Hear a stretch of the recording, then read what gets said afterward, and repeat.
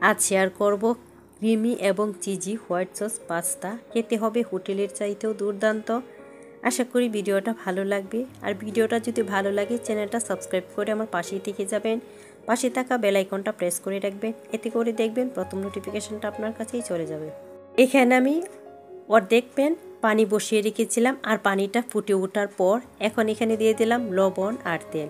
লবণ আর তেল দেওয়ার কারণে কিন্তু পাস্তাটা সিদ্ধ হওয়ার পরেও কিন্তু ঝরঝরে থাকবে আর টেস্টটাও ভালো আসবে। এখন আমি পাস্তাটা ভালো করে সিদ্ধ করে নিব।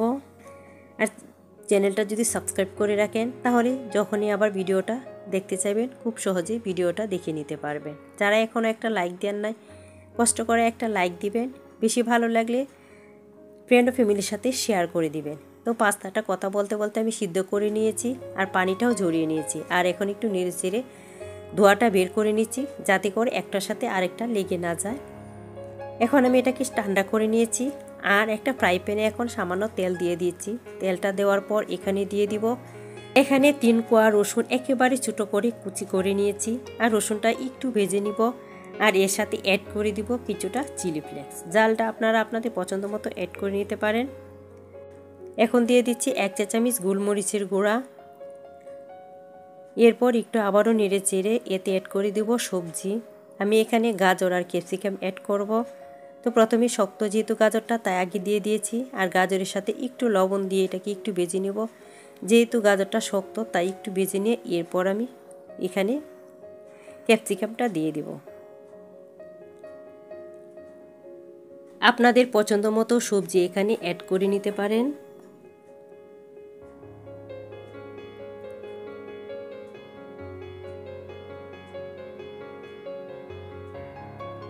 তো গাজরটা আমার ভাজা হয়ে গেছে। এখন আমি এখানে ক্যাপসিকামটা অ্যাড করে দিব। এখানে আমি কয়েক টুকরা ক্যাপসিকাম অ্যাড করে দিয়েছি। ক্যাপসিকামটা দেওয়ার পর বেশিক্ষণ রান্না করতে হবে না, একটু নেড়েচেড়ে এরপর আমি এটাকে নামিয়ে নিব। এখন আমি এখানে আরেকটা পাতিল বসিয়ে দিয়েছি আর দিয়ে দিলাম এখানে বেশ কিছুটা বাটার। তো বাটারটা আমি পুরোপুরি গলিয়ে নিচ্ছি। তো আনুমানিক বাটারটা এখানে 3 টেবিল চামচের মতো হবে। এর সাথে অ্যাড করে দিচ্ছি এখানে 1/3 কাপ কর্নফ্লাওয়ার। কর্নফ্লাওয়ারটা দিয়ে বাটারের সঙ্গে একেবারেই আমি মিক্স করে নিব। আর এই পর্যায়ে চুলাটা আমি একেবারে কমিয়ে রেখেছি। চাইলে এখানে কর্নফ্লাওয়ারের পরিবর্তে ময়দাটাও ব্যবহার করতে পারেন। সেক্ষেত্রে এটাকে ভালো করে মিক্স করে নেবেন যাতে কোনো প্রকার লাম্পস না থাকে। আর পুরোপুরি মিক্স করা হয়ে গেলে এরপর চুলাটা বাড়িয়ে দিয়ে এখানে দুধটা অ্যাড করে দিব। তো এই পর্যায়ে ভালো করে মিক্স করে নিয়েছি আর এখানে কিছুটা দুধ দিয়ে দিয়েছি। তা আমার সম্পূর্ণটা রান্না করতে প্রায় 1 কেজির মতো দুধ লেগেছে। যে দুধটা আমি আগে থেকে জাল করে রেখেছিলাম আর দুধটা দিয়ে এখন ভালো করে এটাকে মিক্স করে নিয়েছি। আর মিক্স করতে করতে দেখবেন এক পর্যায়ে এটা অনেকটা ঘন হয়ে যাবে, সেই পর্যায়ে এখানে পাস্তাটা দিয়ে দিতে হবে। তো এখন আমি আগে থেকে যে সিদ্ধ করে রেখেছি পাস্তাটা, সেটা এখানে অ্যাড করে দিয়েছি। আর আপনারা কতটুকু পাস্তা রান্না করবেন এর উপরে কিন্তু ভিত্তি করে দুধটা কম বেশি লাগতে পারে। এখন আবার মিক্স করে নিচ্ছি আর এখন আবারও অ্যাড করে দিব এখানে দুধটা আমি ধাপে ধাপে ব্যবহার করব। আসলে দুধটা ধাপে ধাপে ব্যবহার করতে হবে, না হলে কিন্তু আসলে বোঝা যাবে না যে কতটুকু দুধের দরকার হবে। আর একসাথে বেশি দুধ দিয়ে দিলে সেটাও কিন্তু বুঝতে পারবেন না যে কতটুকু দুধ এখানে লাগবে। তো ভালো করে মিক্স করে নিয়েছি আর এখন আবার এখানে লবণ অ্যাড করে দিব। যেহেতু আমি সবজিতে অল্প একটু লবণ ব্যবহার করেছিলাম। এখন দিয়ে দিলাম এখানে আরও কিছুটা চিলি ফ্লেক্স। জালটা আপনারা আপনাদের পছন্দ মতো অ্যাড করতে পারেন। আর বেজে রাখা সবজিটা এখন অ্যাড করে দিচ্ছি। আমি এখানে কোনো প্রকার চিকেন ছাড়াই আজকে হোয়াইট পাস্তাটা রান্না করতেছি। তো এইভাবে যদি আপনারা রান্না করেন খেতেও কিন্তু অনেক ভালো লাগে। তো সবজিটা দিয়ে আবারও ভালো করে এটাকে মিক্স করে নিব। আর মিক্স করে নিয়ে এখানে আমি অ্যাড করে দেব চিজ। এখানে আমি মোজারেলা চিজটা ব্যবহার করেছি।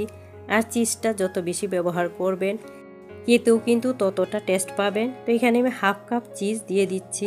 তো আপনারা চাইলে আরও বেশি ব্যবহার করতে পারেন, এতে করে টেস্টটা আরও বেশি ভালো আসবে। এখানে আমি দিয়ে দিয়েছি কিছুটা অরিগ্যানো আর আবারও ভালো করে মিক্স করে নিচ্ছি।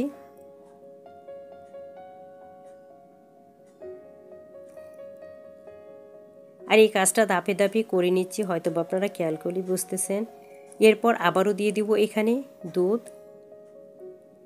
এ পর্যায়ে আপনারা কতটুকু এটা ঘন রাখতে চান সেই পরিমাণ অনুযায়ী কিন্তু দুধটা ব্যবহার করবেন, কারণ এটা কিন্তু ঠান্ডা হওয়ার পরেও কিছুটা দুধ টেনে নেবে। আর এই পাস্তাটা গরম গরম খেতেই বেশি টেস্টি হয়ে থাকে, তো চেষ্টা করবেন একটু গরম অবস্থায় খেয়ে নিতে। আর এখন আবারও এটাকে ভালো করে মিক্স করে নিচ্ছি আর একটু নেড়েচেড়ে এরপর আমি চুলাটা বন্ধ করে দিব। এ পর্যায়ে আমি টেস্টটা চেক করে নিচ্ছি, মানে আমার লবণ ঠিক আছে কিনা সেটা দেখে নিলাম। এ পর্যায়ে আপনারা লবণটা চেক করে নেবেন। এরপর কিছুটা ধনিয়া পাতা দিয়ে দিচ্ছি আর চুলাটা কিন্তু এ পর্যায়ে আমি বন্ধ করে দিয়েছি। এখন ধনিয়া পাতাটা মিক্স করে নিব আর পরিবেশন করে আমি আপনাদেরকে একটু দেখিয়ে দিব। তো চাইলে কিন্তু আপনারা খুব সহজে বাসায় এভাবে একটা পাস্তা বানিয়ে নিতে পারেন।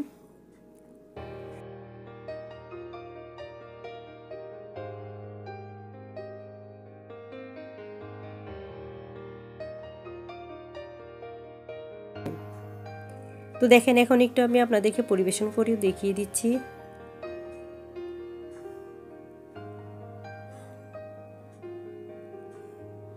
তো হয়ে গেল আমার yummy white sauce cheesy pasta. আবারও একটু এখানে ডেকোরেশনের জন্য চিলি ফ্লেক্স দিয়ে দিলাম।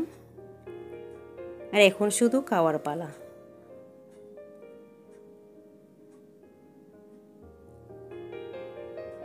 তো ভালো থাকবেন, দেখা হবে অন্য কোনো ভিডিওতে। আল্লাহ হাফেজ।